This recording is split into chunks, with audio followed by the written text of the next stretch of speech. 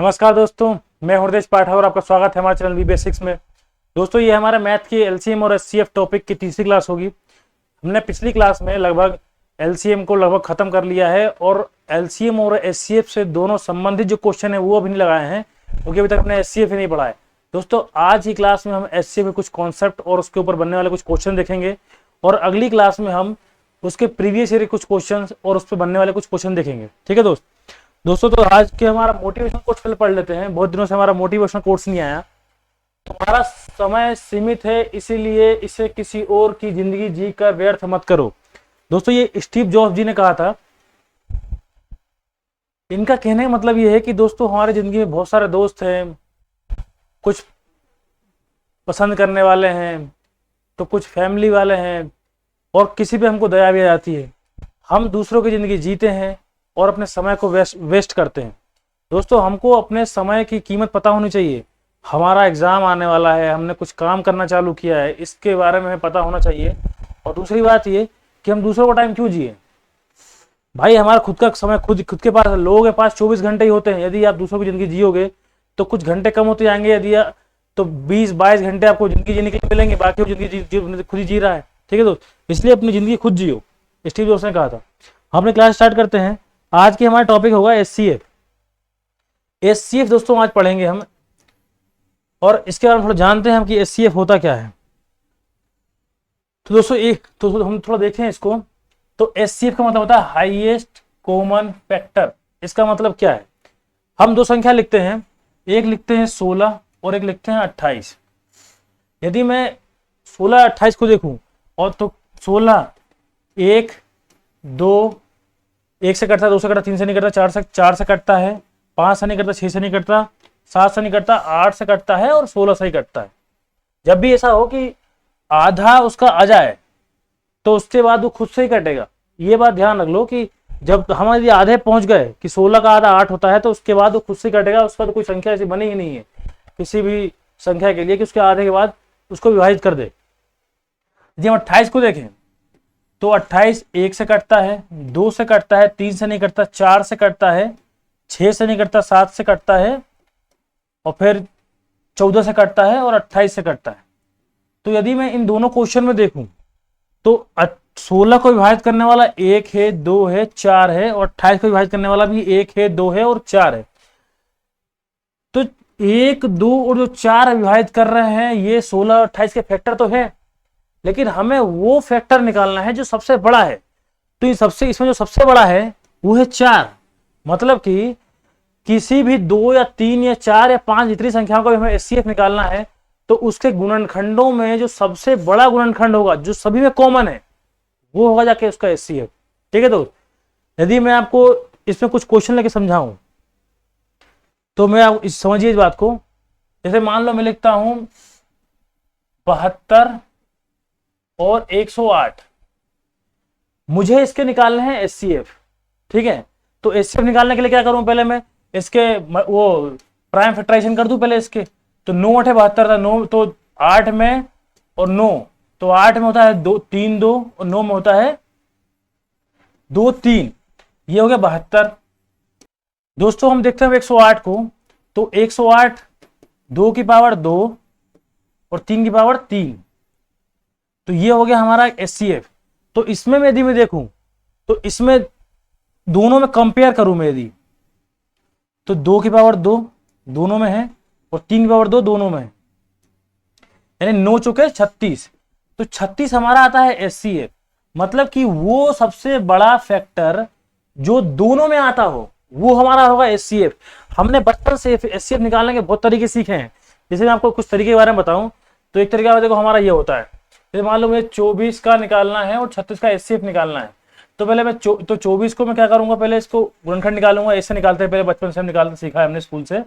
ये 12 बार में गया, ये गया 6 बार में और ये गया 3 बार में और 3 एकम 3 हो गया, तो ये 1 हो गया। मतलब 24 को मैं कैसे लिखूंगा? 24 को लिखूंगा मैं 2 × 2 × 2 × 3। अगर मैं 36 की बात करूं तो 36 को 2 से काट दूंगा पहले, तो ये जाएगा 18 बार में, फिर 2 से काट दूंगा तो ये जाएगा 9 बार में, फिर 3 से काटूंगा ये जाएगा 3 बार में और फिर 3 से काटूंगा तो 1 बार में जाएगा। मतलब जो मेरा वो 36 है 36 कैसे आया, 2 × 2 × 3 × 3, ये हमने बचपन से सीखा है। अब इसके बाद क्या करते हैं हम, यदि हमको एचसीएफ निकालना होता है तो हम दोनों में जो कॉमन है वो 2 ले लेते हैं, फिर एक और 2 कॉमन है, ये 2 ले लिया हमने मल्टीप्लाई करके, और फिर अब देखो 2 इसमें नहीं है लेकिन 3 है, ये वाला 3 है, तो 3 हमने ये ले लिया, तो इसका एचसीएफ आएगा 4 × 12। तो दोस्तों ये हमने ये बचपन सीखा है, लेकिन हमने जो बचपन सीखा था क्या वो कंपटीशन एग्जाम में मायने रखता है क्या? मायने रखता है, काय के लिए? बस कॉन्सेप्ट ही मायने रखता है, बाकी तरीके को हमको चेंज करना पड़ेगा। तो हमने एचसीएफ निकालने के अब 2-3 तरीके सीखेंगे हम, जिससे हम एचसीएफ को फास्ट निकाल पाएंगे और बेहतरीन तरीके से सीख जाएंगे। तो इसमें हमारा 3 मेथड है, एक फैक्टराइजेशन मेथड, ये थोड़ी दोस्त स्पेलिंग गलत हो गई, ये है factorisation method, take common method और टेक डिफरेंस मेथड, ठीक है।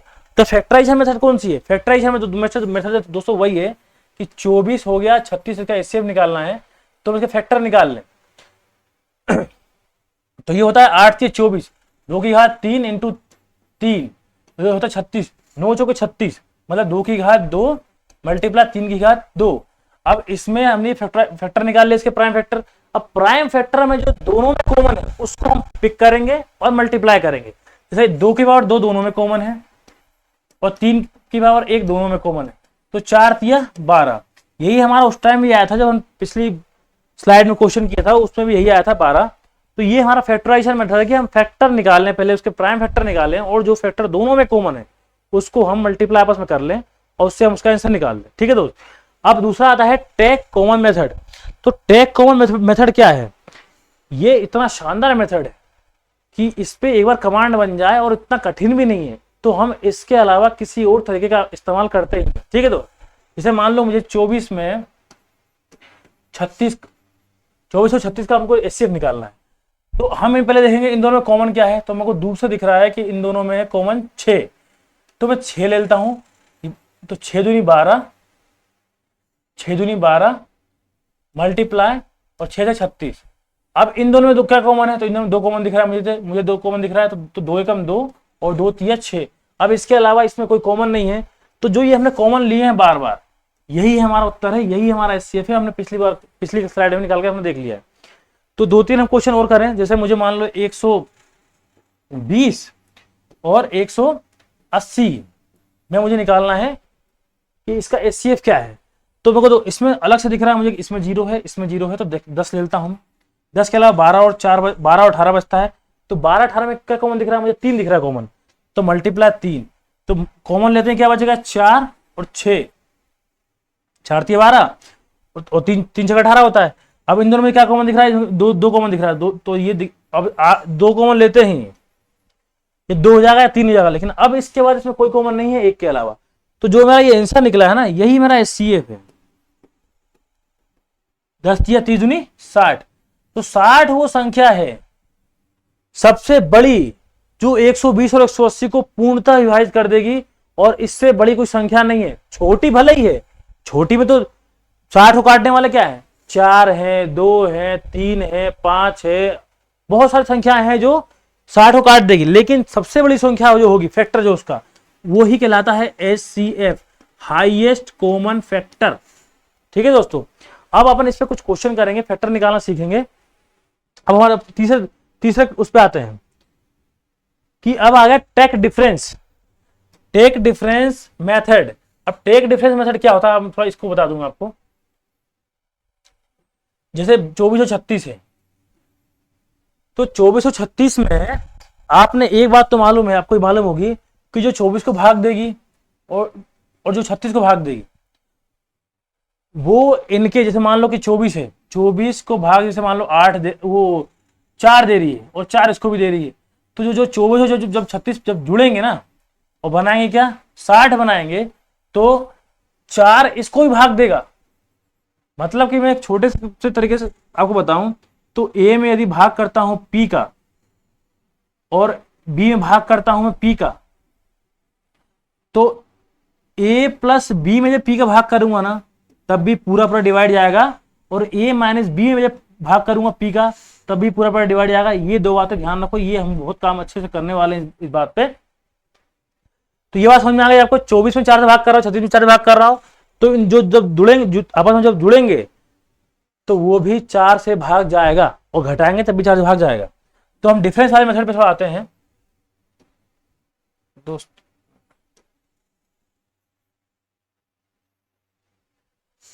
अब देखो इनका डिफरेंस कितना दिख रहा है, 12। तो 12 जो डिफरेंस आया है वो इनका एक, इन दोनों का एक फैक्टर होगा। हो सकता है कि एचसीएफ ही हो, या फिर इस 12 का कोई ना कोई फैक्टर होगा जो इनका एचसीएफ होगा। ठीक है, तो अभी तुमको दिख ही रहा है कि ये इसका ही एचसीएफ है और इसका एचसीएफ है। जब हम कोई बड़ी संख्या लेंगे ना तब समझ में आ जाएगा कि अब मान लो यहाँ पे 72 भी होता तो यहाँ पे क्या आता, यहाँ पे आया 36, ये आ गया 12 और 36 आ गया। तो अब ये और ये फिर से हम इसका लेंगे अंतर, तो ये आएगा 24। देखो अब ये जो 24 है ना, वो 24 इसका एचसीएफ हो सकता है, या तो इसके जो फैक्टर होंगे उसका एचसीएफ होगा। तो ये डिफरेंस मेथड है। जब बड़ी बड़ी संख्या आएंगी ना तब आपको समझ में आएगा कि इस डिफरेंस की वैल्यू क्या है। बाकी छोटी संख्या में तो हम फैक्टर या फिर कॉमन मेथड से हम उसको आंसर निकाल लेंगे। ठीक है दोस्त, हम थोड़ा सा कुछ क्वेश्चन कर लेते हैं। अब देखो एचसीएफ ऑफ 12 एंड 28। अब देखो 12 28 का एचसीएफ हम 3 तरीकों से निकाल सकते हैं। पहला तो ये कि हम इसके प्राइम फैक्टर कर लें, दूसरा है कॉमन निकाल लें, तीसरा है कि हम इसके अंतर निकाल लें। लेकिन सबसे इजी हम कौन सा लगता है, सबसे इजी लगता है हम कॉमन निकालना। तो पहला हम लेते हैं 12 और 24। अब 12 24 में मुझे सब कॉमन क्या दिख रहा है, और कॉमन हमें ऐसा नहीं देखना है कि 2 देखना है, 4 देखना है, 3 देखना है, 5। सबसे बड़ा जो कॉमन है उसको देख लो। जैसे मुझे इसमें सबसे बड़ा कॉमन जो दिख रहा है वो दिख रहा है 6। तो 6 से काटूंगा तो ये जाएगा 2 बार में, ये जाएगा 4 बार। अब अच्छा 12 भी कॉमन था, ठीक है कोई दिक्कत नहीं। अब 2 से फिर से काट दे रहे हैं इसको, तो ये 1 और ये जाएगा 2 बार में, कोई कुछ भी कॉमन नहीं आ रहा है। तो इसका आंसर आ गया 12। हमें 12 देख लेना चाहिए था, लेकिन कोई दिक्कत नहीं, हमारा उत्तर आ गया है। लेकिन हम जब भी इस क्वेश्चन को करेंगे तो दोस्त सबसे बड़ा कॉमन चेक करेंगे। ठीक है, अब आ रहा है 40 और 70। अब 40 है और 70 है। सबसे बड़े तो मेरे को 10 दिख रहा है, तो 10 ले लिया मैंने।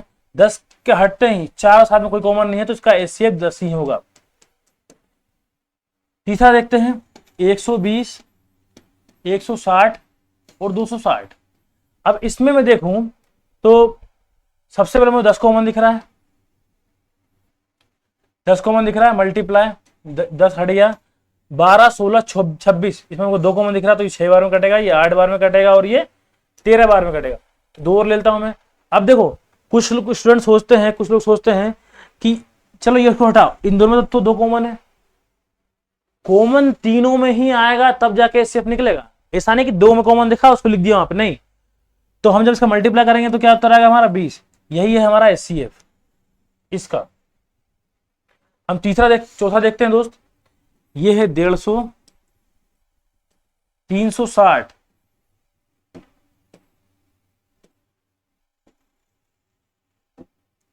360 और 540। अब देखो सबसे पहले 10 कॉमन दिख रहा है, 10 ले लिया मैंने, 0 हट जाएगा इससे। 15 36 और 54, इससे मुझे कॉमन दिख रहा है 3 ले लिया मैंने। 3 लेते हैं, ये हो जाएगा 5, ये हो जाएगा 12 और ये हो जाएगा 18।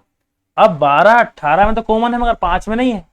जब 5 में नहीं है तो ये हमारा एचसीएफ 30।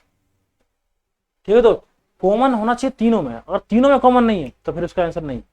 ठीक है, तो मिटा लें इसको, हमें अगले क्वेश्चन और भी करने हैं अभी।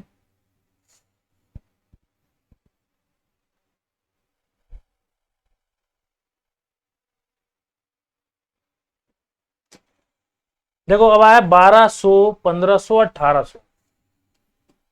1200, 1500, 1800। 100 कॉमन दिख रहा है मुझे, ये कट जाएंगे दोनों आपस में। 12 15 18, इसे मुझे दिख रहा है 3 कॉमन, तो ये हो जाएगा 4, ये हो जाएगा 5 और ये हो जाएगा 6। अब इसमें कुछ भी कॉमन नहीं है, इसका आंसर आ गया 300। नेक्स्ट 14, 36, 54, 72।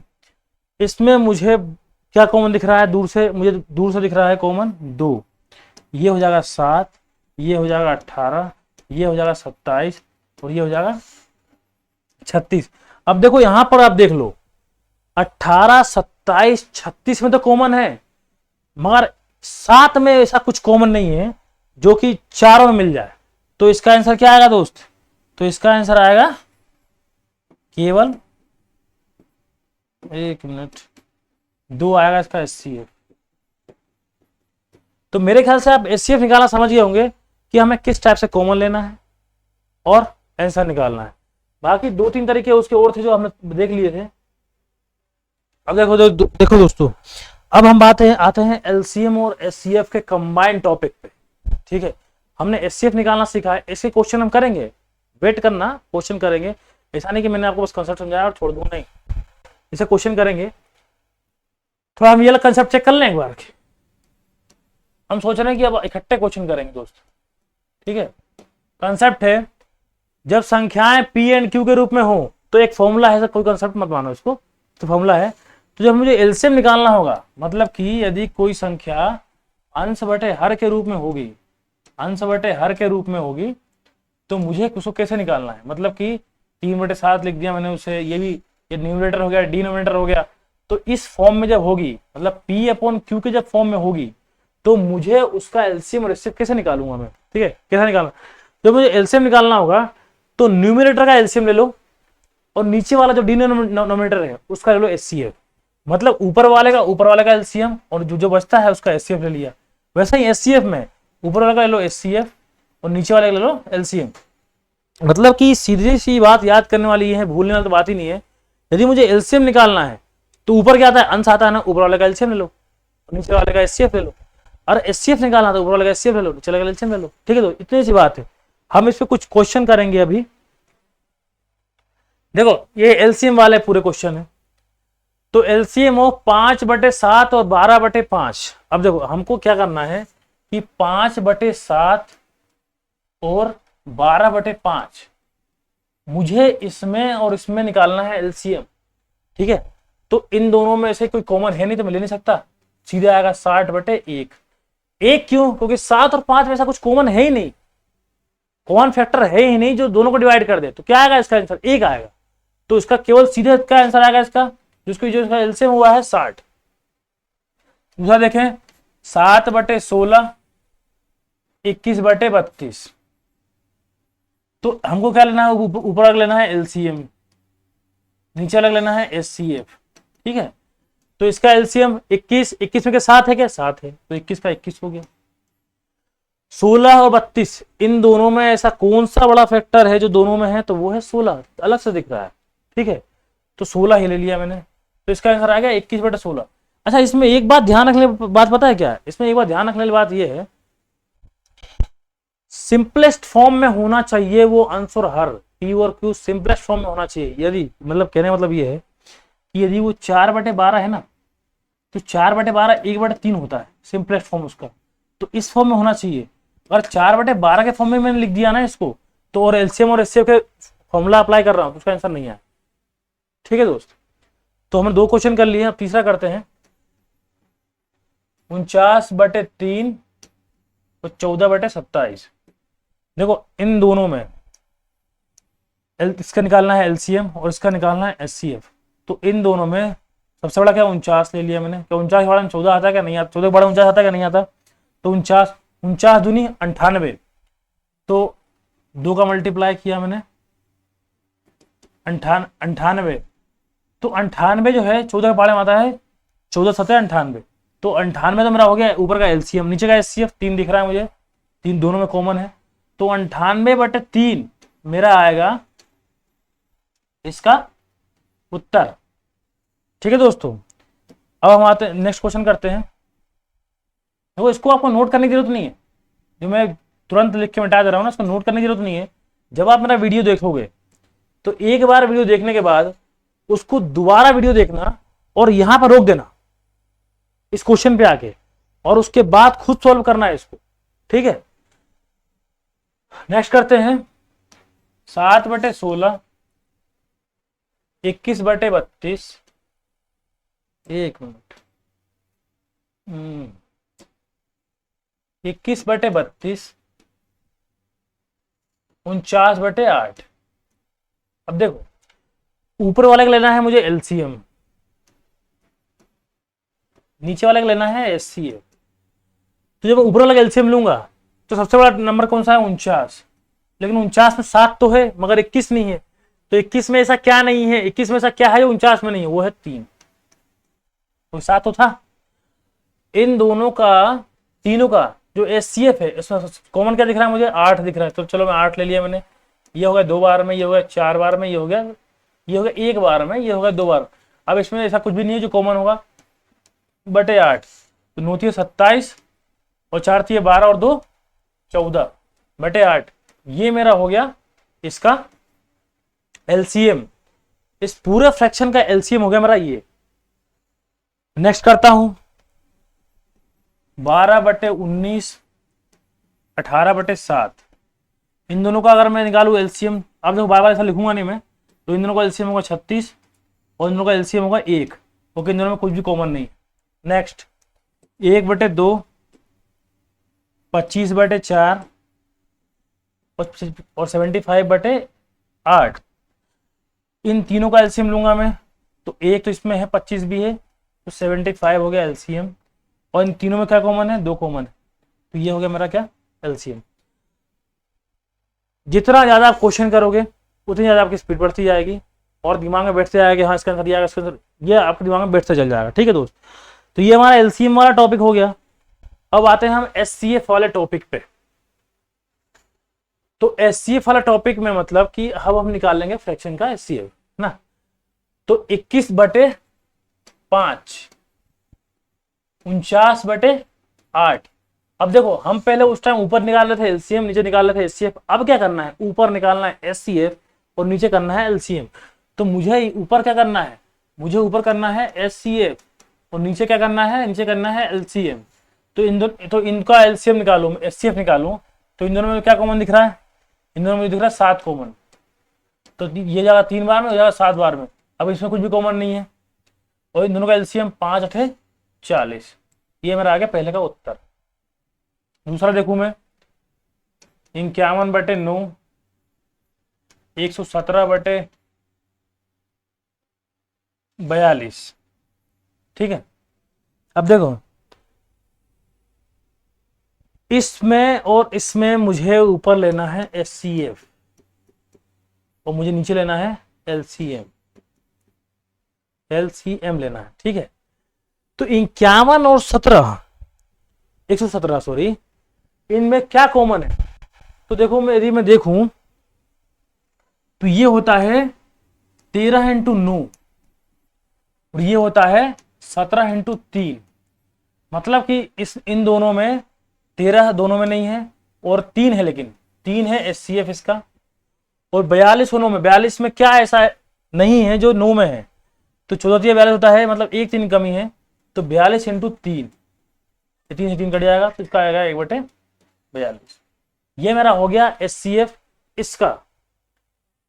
ठीक है दोस्तों, मुझे इसको करते करते ही बहुत प्रैक्टिस हो जाती है और आपको भी हो जाएगी। तो जितने बार आप इसको करेंगे उतने बार कॉमन लेना, मल्टीप्लाई करना, प्लस करना। लोग बहुत सारे वीडियो देखता हूँ यूट्यूब पे मैं कि मैथ के मल्टीप्लाई करना सिखा रहा है, ये करना सिखा रहा है। तो वो एक बार सिखा सकते हैं आपको, लेकिन जब तक आपकी प्रैक्टिस नहीं होगी ना तब तक आप उसको बिल्कुल नहीं कर सकते, ना मल्टीप्लाई, ना प्लस, ना सब्सट्रैक्शन, कुछ नहीं कर सकते। ठीक है, तो अब आता हूं मैं नेक्स्ट वाले पे। तो वो है मेरा 23/49 और 3/7। ऊपर अलग लेना है एचसीएफ। तो एचसीएफ इसमें क्या है, एचसीएफ कुछ भी नहीं है, तो 1 हो गया। इन दोनों का एलसीएम क्या होगा, ये होगा 7, सॉरी 49 होगा ये, तो ये मेरा 49 होगा। तो 1/49 मेरा इसका आंसर आ गया। नेक्स्ट करता हूं 7/16 21/32 और 49/8। देखो ये क्वेश्चन में आया है, ये एग्जाम में आया है, सीपीयू में आ चुका है ये। ठीक है, मैं बता रहा हूं क्योंकि मैंने क्वेश्चन मैंने खुद ही उठाए थे और ये आपका एमटीएस में आया था। ठीक है, और पिछले वाला जो एलसीएम कर रहा था उसमें 2 क्वेश्चन आरबी ग्रुप डी में आ चुके थे। ठीक है, इस कारण मैंने उसको क्वेश्चन को उठाए थे। ऊपर लेना है मुझे एचसीएफ। ठीक है, तो 7 21 49 में साफ साफ दिख रहा है कि 7 कॉमन सब में है, तो 7 मेरा ऊपर का एचसीएफ हो गया। अब नीचे का एलसीएम देखो 16, 32, 8। तो सबसे बड़ी संख्या क्या है? 32 है। 32 में 8 भी है और 16 भी है, तो यही मेरा आंसर हो गया। ठीक है, 2 क्वेश्चन बचते हैं। वीडियो पोस्ट करके आप देख लेना सोल्व कैसे करवाया, इसका आंसर क्या था। ठीक है, बाकी मैं क्वेश्चन करवाते जा रहा हूं।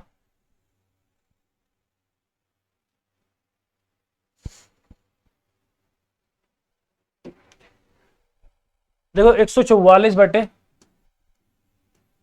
19, 180 बटे 57, ऊपर का लेना है मुझे HCF। तो मुझे ऊपर ऐसा क्या बड़ा दिख रहा है जो दोनों में कॉमन है? तो ये 12 का स्क्वायर होता है और ये होता है 12 मल्टीप्लाई 15, है ना। तो मैं 12 ले लेता हूं पहले तो ये कटेगा 12 बार में और ये कटेगा 15 बार। इसके अलावा मुझे क्या कॉमन दिख रहा है इसमें? मुझे दिख रहा है 3 कॉमन दिख रहा है। तो 3 चौके 12, 3 पचे 15, 3 ले लिया, तो ये तो हो गया 36। अब इन दोनों का क्या होगा, क्या बोलते हैं, इनका निकालना है LCM। 57 मुझे अलग से दिख रहा है, तो 57 के अंदर तो 19 भी आता है ना। तो ये मेरा होगा फाइनल आंसर 36 बटे 57। हालांकि ये 3 से कट सकता है, 19 से 57 और 12 36, इसको हम और सिंपलेस्ट फॉर्म में ला सकते हैं। आप ले आइएगा उसको, वैसे मैं ला के देता हूं आपको। ये हो गया 12, ये हो गया 19, ये बस इसका सिंपलेस्ट फॉर्म। ठीक है दोस्त, आखिरी क्वेश्चन देखते हैं। 1/2, 3/2, 5/4 तो 7/8। ऊपर लेना है HCF, तो इसमें इसमें इसमें इसमें ऐसा कुछ भी कॉमन नहीं है, तो हो गया 1। इसका इसका इसका इसका लेना है LCM, सबसे बड़ी संख्या 8, 8 में 2 भी है 4 भी है, तो इसका हो गया 8। ये हमारा हो गया उत्तर। तो ये तरीके हैं फ्रैक्शन वाले क्वेश्चन जिसमें LCM और HCF निकालना है। तो ऐसे में जब LCM निकालना होता है तो न्यूमरेटर का ले लो LCM और डिनोमिनेटर का ले लो HCF, और अगर HCF निकालना है तो ऊपर ले लो HCF न्यूमरेटर में और डिनोमिनेटर में ले लो तुम LCM। ठीक, ये 2 तरीके हैं, इतना कठिन नहीं था, लेकिन एग्जाम में पूछे जाते हैं डायरेक्ट, इस कारण मैंने करवाया दोस्तों इसको। दोस्तों इस वीडियो में हम इतना ही पढ़ते हैं कॉन्सेप्ट के तहत। बाकी हम अगली वीडियो में एक कॉन्सेप्ट और लेकर आएंगे, उसके बाद हम इस टॉपिक को खत्म करेंगे और उससे कुछ क्वेश्चन करेंगे, दोनों के LCM के भी ऐसे भी कुछ क्वेश्चन करेंगे जो एग्जाम में पूछे गए हैं या फिर पूछे जा सकते हैं। ठीक है दोस्तों, तब तक के लिए धन्यवाद। जय हिंद, जय भारत।